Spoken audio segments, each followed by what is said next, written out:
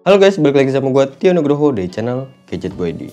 Oke, jadi yang ada di tangan gue ini adalah Samsung S10 Plus. Ini adalah handphone yang mantan flagship, tapi untuk harga saat ini tuh udah lumayan cukup terjangkau. Ini gue beli di kondisi bekas internasional. Harganya itu ada di kisaran 4,6 jutaan. Dan untuk sellernya sendiri ini gue beli di B-Store. Mereka bilang kalau dusnya ini adalah OM dan aksesorisnya juga OM. Ini adalah penampakannya kayak gini untuk dusnya. Di sini ada tulisan S10 Plus, terus di sini ada tulisan Samsung Galaxy S10 Plus, di sini kosong, di belakangnya juga kosong, dan dia cuma ada tulisan di bagian bawahnya aja Samsung Galaxy S10 Plus. Ini adalah nomor emailnya, dia ada tulisan Made in Vietnam, warnanya black, dan yap cuman begini doang karena ini adalah OM ya, jadi wajar lah.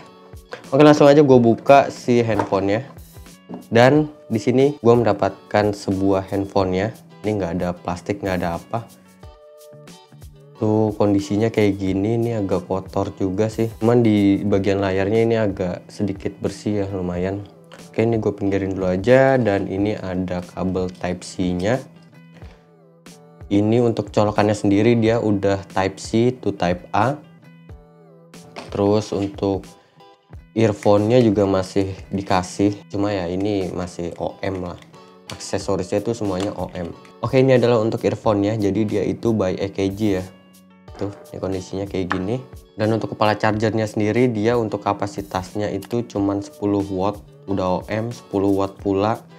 Yah, namanya juga barang X internasional, jadi kita itu nggak bisa berharap lebih. Oh ya, gue lupa jelasin kalau di sini ternyata masih ada kotak lagi karena dia nyelip kayak gini, jadi nggak kelihatan tuh. Ini dia nggak jatuh gitu. Dan ini untuk di dalamnya sendiri itu ada quick start guide sama SIM ejector. Dan jadi untuk handphonenya seperti ini bakal gue nyalain langsung. Mungkin kayaknya bakalan gue setup dulu aja kali ya. Oke, ini udah gua setting dan udah gua lap juga untuk bagian belakangnya, karena bagian belakangnya itu tadi tuh kotor banget. Ini jadi lebih baik ya. Kalau gue lihat secara body sih ini udah cukup mulus, bodinya tuh udah cukup baik. Ya sekitar 95% lah ini untuk bodinya. Untuk bagian layar depan dia tuh udah dilindungin juga sama Corning Gorilla Glass 6, dan belakangnya itu udah pakai Gorilla Glass 5. Untuk framenya ini dia pakai bahan aluminium, dan untuk bagian belakangnya itu dia pakai bahan kaca. Ini kalau gua tempelin kayak gini dia tuh masih gampang kena sidik jari gitu. Dan untuk sisi-sisinya dia ada di sebelah kanan itu ada tombol on off, terus di bagian atas dia ada slot SIM tray yang bakalan gue coba buka. Dan kalau nggak salah itu dia slot SIM tray-nya tipe hybrid ya, jadi kalian itu bisa pakai 2 SIM card ataupun 1 SIM card ditambah 1 micro SD. Dan untuk sisi kirinya dia itu ada tombol volume ya, atas sama bawah. Terus di sini ada tombol Bixby. Terus untuk bagian bawah dia juga masih ada jack audio 3,5 mm.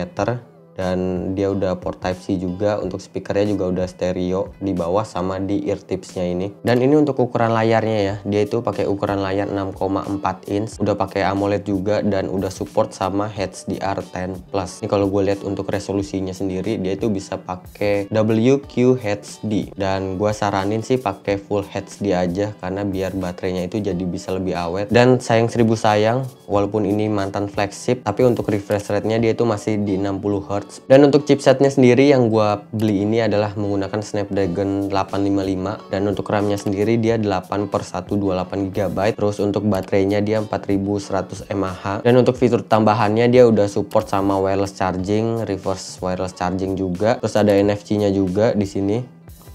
Terus ada Samsung DeX juga. Terus dia juga udah mendapatkan sertifikasi IP68. Cuma sayangnya kan ini barang bekas ya, jadi gua nggak menyarankan kalian itu nyelupin handphone ini ke dalam air, karena gua nggak tahu juga kan ini tuh udah pernah dibongkar atau enggak. Jadi pastinya untuk seal-sealnya itu ya kurang aman lah kalau menurut gua. Dan untuk layar sendiri karena dia udah pakai AMOLED, dia tuh udah ada always on display-nya juga di sini. Ini kalau gua matiin Dan juga handphone ini juga udah support sama face recognition, terus juga fingerprintnya juga udah ada di dalam layar. Dan kira-kira kayak gini kalau untuk fingerprintnya, dia itu ada di dalam layar. Dan untuk Androidnya sendiri, dia itu untuk bawaannya masih pakai Android 9, tapi di sini udah update ke Android 11. Dan menurut info juga kalau handphone ini tuh masih dapat update ke Android 12 dengan One UI 4 di tahun ini. Kita tungguin aja untuk update-nya. Dan ya menurut gua handphone ini masih cocok sih 2-3 tahun ke depan. Cuman gua nggak tahu untuk kedepannya itu masih dapat update software atau enggak, karena untuk Samsung sendiri setahu gua itu umurnya 3 tahun untuk mendapatkan software update. Dan handphone ini itu keluaran di bulan Februari 2009, which is itu udah hampir 3 tahun, udah 3 tahun malah untuk di tanggal sekarang seperti video ini dibuat. Harusnya sih untuk tahun depan itu udah nggak dapet software update lagi, karena untuk software update-nya itu mentok di Android 12 dengan One UI 4.0. Dan untuk skor Antutu, di sini gue mendapatkan skor di 520.000 untuk Antutu yang versi 9. Dan di sini untuk skor Geekbench 5 itu mendapatkan untuk single core 728 dan untuk multi core-nya 2527. Oke, langsung aja gue close. Dan di sini gue mau coba untuk main game. Di sini gue juga udah download si Genshin Impact, jadi gue bakal coba dapat settingan di berapa. Dan untuk grafik bawaannya dia itu dapat di medium untuk defaultnya. Di sini gue coba di settingan high-res dan FPS-nya bakalan gue naikin di 60 fps karena ini kan handphone mantan flagship ya, dan ini juga udah pakai chipset cukup tangguh juga, Snapdragon 855. Untuk scrolling kayak gini sih ini udah cukup smooth ya.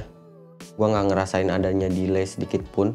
Ini enak banget sih ini buat main Genshin Impact. Buat di harga 4,5 juta daripada beli mid range, gue sih lebih baik beli ini ya, mantan flagship gitu. Selain performanya juga bagus banget, fitur-fiturnya juga udah cukup banyak banget, karena flagship itu ya ciri khasnya fitur dan performa yang tinggi juga. Oke, di sini gue coba untuk nyari ribut sama monster, dan gue ngerasain ini enak banget. Untuk scrolling juga enak banget. Ini gue nggak ngerasain adanya delay juga sedikit pun. Oke, mungkin segitu aja untuk game pertama. Bakalan gue exit. Nanti gue coba untuk game kedua. Dan untuk PUBG Mobile ini gue dapet di settingan grafiknya itu dapet di smooth, dan untuk frame rate-nya itu masih di ekstrim. Untuk HDR-nya juga di ekstrim, Ultra HD-nya juga udah kebuka. Dia dapat di settingan frame rate ultra. Di sini gue akan coba main di Ultra HD, terus frame rate-nya di ultra. Dan di sini gue mau coba main deathmatch. Oke, jadi ini gue masuk ke gamenya ya. Dan untuk sensor gyroscope-nya ini gue ngerasain enak banget. Untuk respon layarnya juga ini tuh enak banget. Untuk grafiknya ini gue nggak ngerasain adanya delay. Mungkin ada sepersekian detik, cuman nggak begitu lama banget. Dia tuh masih dalam kategori wajar karena gue pakai di settingan tertinggi. Oke, ini untuk game PUBG Mobile kira-kira kayak gini. Ini gue langsung exit aja, dan di sini gue akan mencoba untuk game yang ketiga. Gue bakalan main di Mobile Legend. Gue ngeliat settingannya dulu ya, gue dapet di berapa. Harusnya sih ya ini untuk sekelas game Mobile Legend ini udah pasti enak banget. Di sini mungkin untuk game Mobile Legend bakalan gue kasih lihat settingannya aja. Dia tuh dapat di ultra, dan untuk refresh rate-nya dia dapat di high. Mungkin gue nggak akan main di Mobile Legend karena udah pasti enak banget. Soalnya gue main PUBG yang tadi aja itu udah enak banget. Gue close lagi aja. Dan mungkin karena ini unit internasional, jadi sayangnya untuk bahasanya itu kita nggak bisa ganti ke bahasa Indonesia ya. Walaupun udah gue ganti, tapi dia itu nggak berubah. Jadi ini untuk settingan bahasanya dia ada di English, China, sama Indonesia. Ini kalau gue ganti ke Indonesia, dia tuh nggak ganti ya.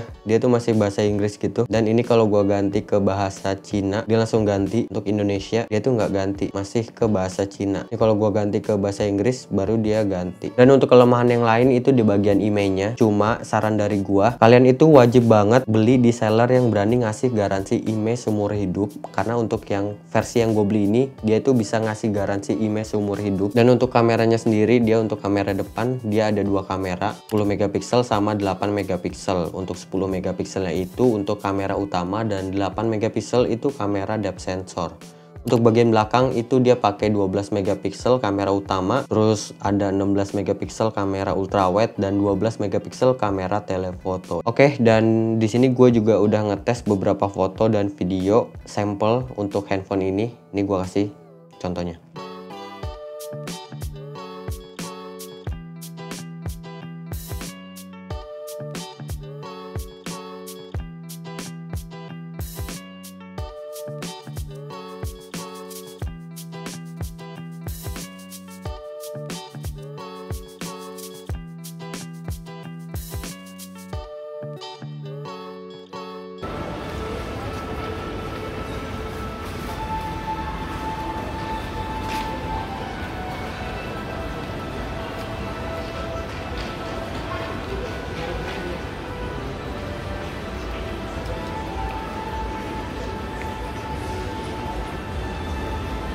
Oke gitu aja, gue mohon maaf banget kalau ada kesalahan dalam penyampaian informasi. Terima kasih banyak buat yang udah nonton video ini dari awal sampai akhir.